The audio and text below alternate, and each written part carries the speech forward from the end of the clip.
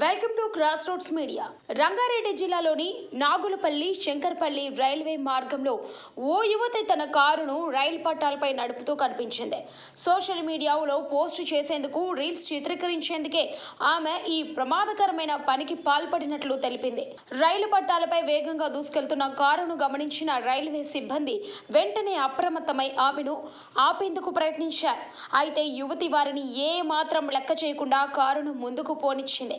కొంత దూరం వెళ్ళాక నాగులపల్లి వద్ద కొందరు స్థానికులు ఆమె కారును అడ్డుకోగలిగారు. దీంతో ఆగ్రహానికి గురైన యువతి తన వద్ద ఉన్న చాకును తీసి వారిని బెదిరించినట్లు సమాచారం రావడంతో ఈ ఘటనతో అక్కడ ఉద్రిక్తత వాతావరణం నెలకొంది. విషయం తెలుసుకున్న పోలీసులు హుటాహుటిన సంఘటనా స్థలానికి చేరుకున్నారు. యువతిని అదుపులోకి తీసుకొని పోలీస్ స్టేషన్కు తరలించారు. ఆమె మద్యం మత్తులో ఉండి ఈ చర్యకు పాల్పడిందా అనే కోణంలో కూడా పోలీసులు దర్యాప్తు చేస్తున్నట్లు తెలుస్తుంది.